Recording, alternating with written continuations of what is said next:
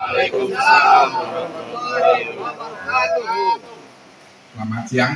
Alhamdulillah segala puji dan syukur insya Allah kita panjatkan kepada Allah. Seperti nikmat-nikmat yang kita rasakan sampai saat ini, nikmat-nikmat sehat. Alhamdulillah dengan nikmat tersebut kita bisa ketemu.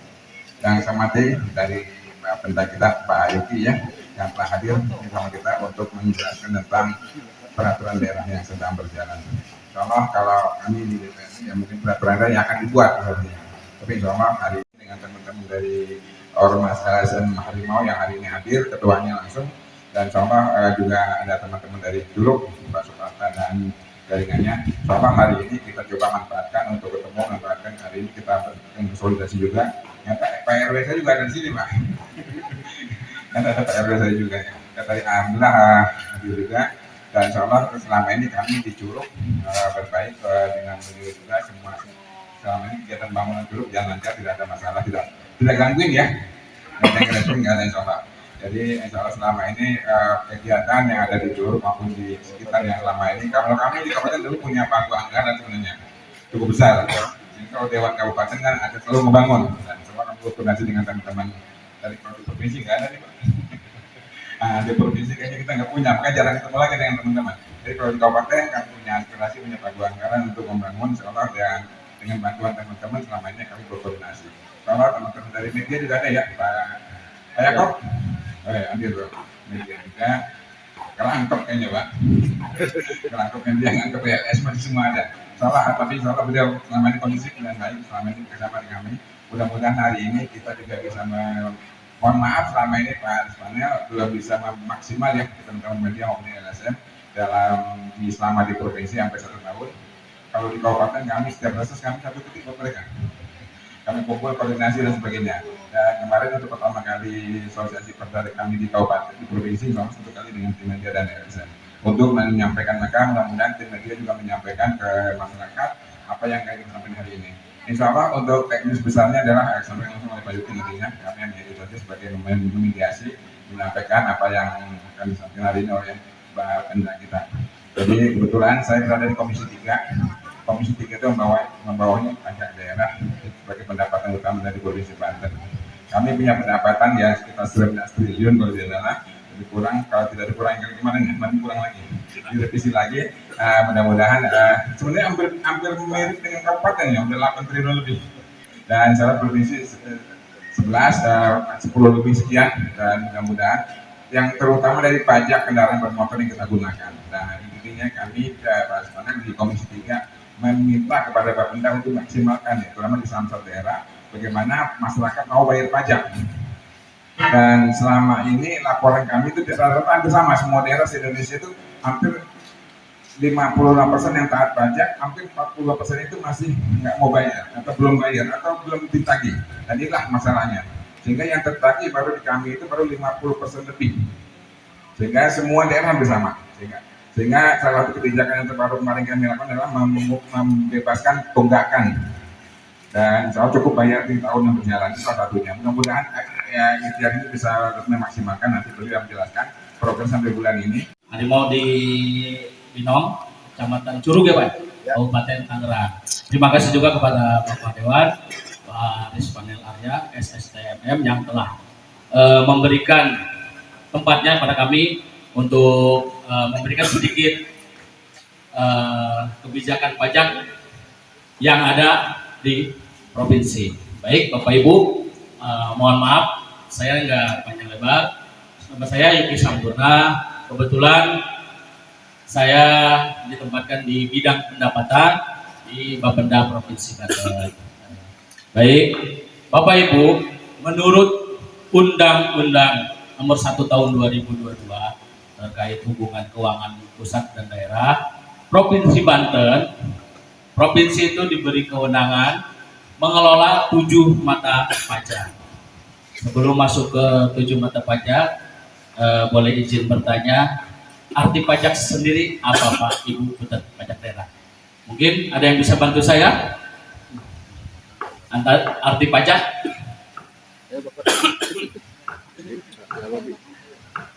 Baik, ada yang mau? Ya, baik Bapak Ibu. Arti pajak, pajak adalah merupakan kontribusi wajib dari kita perorangan ataupun badan hukum yang diwenangi oleh diatur oleh undang-undang.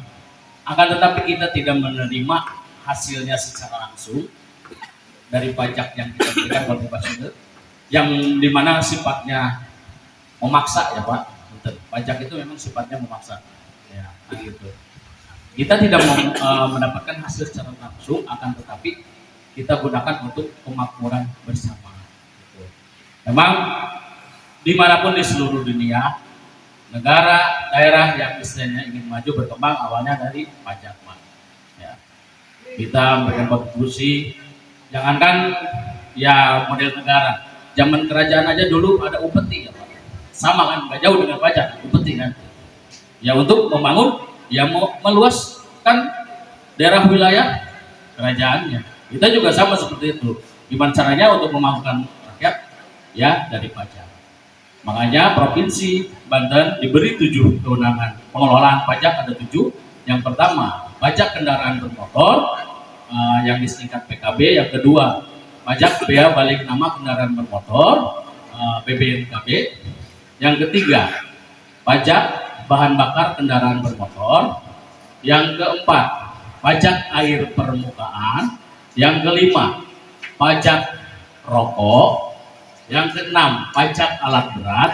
Yang ketujuh, option MBLB, mineral bukan logam atau batuan. Ya. Bapak Ibu, dari 7 mata pajak itu yang menjadi primadona di Provinsi Banten, yang sering dari Komisi 3 digoyang-goyang nih, ayo tingkatin PPKB dan BBNKB ya Pak.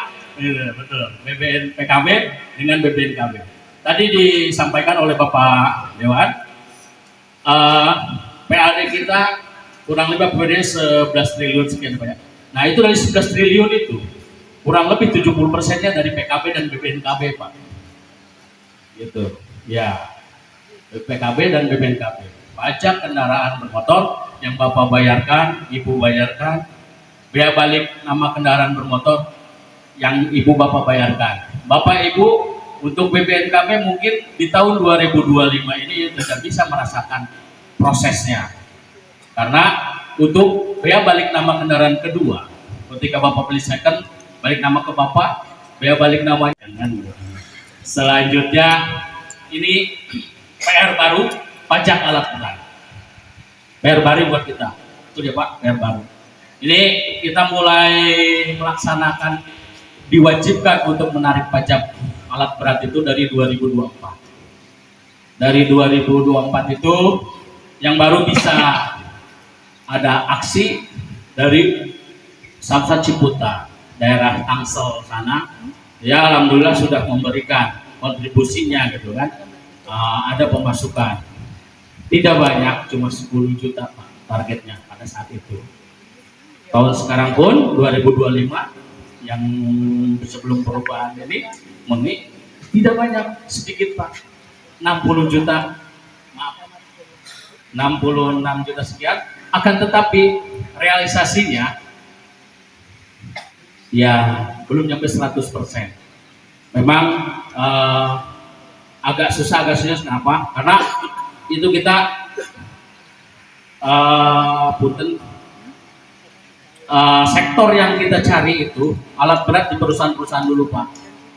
Sebetulnya alat berat yang misalnya kita tarik itu untuk konstruksi, untuk perkebunan, untuk pergudangan perusahaan itu kita tarik, gitu kan.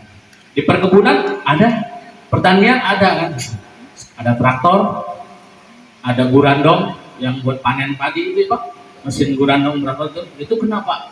Tapi ya kita sektornya jangan nyari sana dulu lah. Perusahaan kan banyak, mereka punya eskavator, kren seperti itu, loader dan lainnya. Nah ini di perusahaan seprovinsi Banten untuk Kabupaten Tangerang, karena ada 2, Samsat Balaraja sama Samsat Kelapa II. Samsat Kelapa II alhamdulillah sudah ada masuk. Cuma yang Balaraja ini masih terkendala Pak, masih terkendala. Sudah menetapkan, tinggal perusahaannya bayar. Assalamualaikum warahmatullahi wabarakatuh. Ya, yang saya hormati Bapak Dewan Provinsi Fraksi PKS dalam hal ini Komisi 3 di bidang perpajakan. Yang saya hormati Kepala